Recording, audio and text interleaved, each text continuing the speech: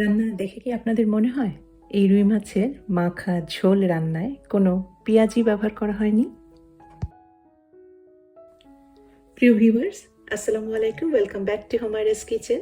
আজকে শেয়ার করছি পেঁয়াজ ছাড়া খুব কম মশলায় রুই মাছের মাখা ঝোল। রান্নাটা একদমই নতুন ধরনের, কিন্তু দারুণ স্বাদের। আমার সাথেই থাকুন, আর আইডিয়াটা অবশ্যই পেয়ে যাবেন, বুঝে যাবেন কিভাবে পেঁয়াজ ছাড়াই দারুণ স্বাদে রুই মাছের মাখা ঝোল রান্না করা যায়। বাটিতে আমি নিয়েছি 4-5টার মতো রসুন কোয়া, আমি ছিলে নিয়েছি, একটা পাকা টমেটো আর 4-5টার মতো শুকনা লাল মরিচ দিয়েছি, তবে আমি বিচিটা ফেলে দিয়েছি। ফুটন্ত গরম পানিতে আমি ভিজিয়ে রাখছি একটু নরম হওয়ার জন্য, জাস্ট 5 থেকে 6 মিনিটের জন্য।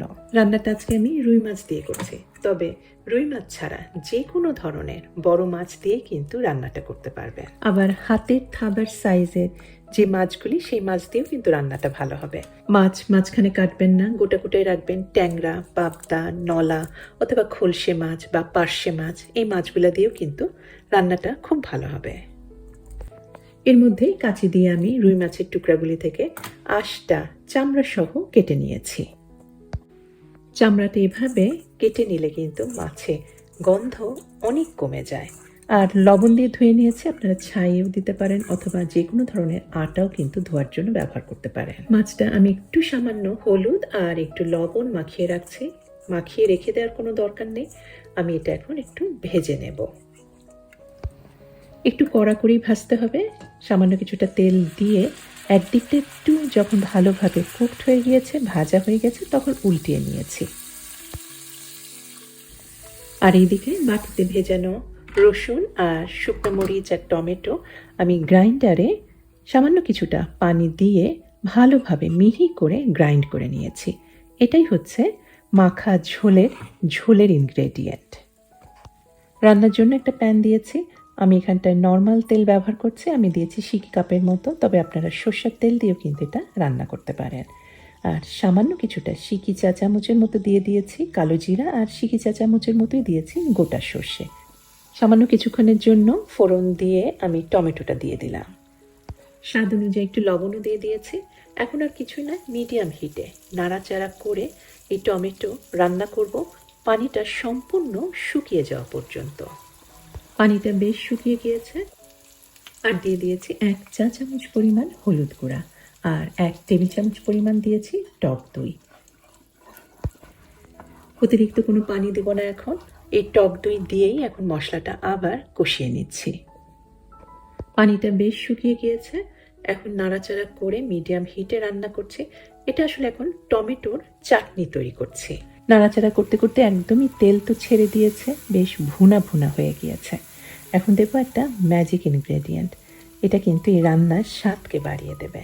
আমি দিচ্ছি কাঁচা আমের একটু টক মিষ্টি আচার। আপনারা যে কোনো ধরনের আচারই ব্যবহার করতে পারেন, তবে সাধারণত এই রান্নায় একটু টক মিষ্টি আচারটা দেওয়ার চেষ্টা করবেন। টক মিষ্টি আচারটা দিলে এই যে দই টমেটো যে দেওয়া হয়েছে, যে একটু টক, সেটার সাথে এটা স্বাদের একটা ব্যালেন্স হয়। আর এখন দিয়ে দিলাম ভুনা এই মশলার মধ্যে একটা ছোট সাইজের বেগুন, আমি 5-6 টুকরা করে নিয়েছি। এখানে আলু দিতে পারবেন, পটল দিতে পারবেন, তবে সবজির পরিমাণটা একটু কম দেবেন। খুব বেশি কিন্তু সবজি দিয়ে এটা রান্না করবেন না। এটা একটু মাখা মাখা ঝোলের উপর হবে, তরকারি পরিমাণটা কমই হবে। বেগুনটা আমি রান্নার কিন্তু একদম মশলা কষানোর পরে দিয়েছি, যাতে বেগুনটা একদম গলে না যায়, সেদ্ধ হবে।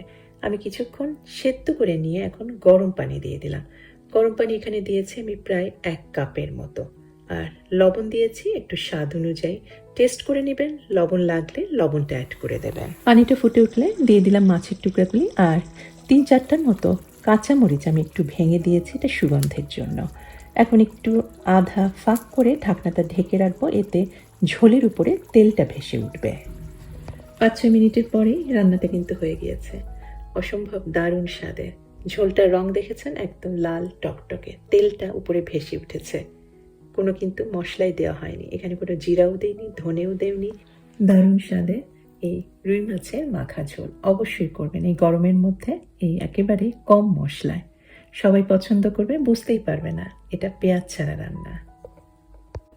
আশা করি নতুন ধরনের এই রেসিপিটা আপনাদের পছন্দ হবে, আর পছন্দ হলে অনুরোধ করব অবশ্যই আমার চ্যানেলকে সাবস্ক্রাইব করে আমার চ্যানেলের সাথেই থাকবেন। আজকে এখানেই শেষ করছি, সবার সুস্বাস্থ্য আর কল্যাণ কামনা করে। আমি হুমায়রা, আল্লাহ হাফেজ।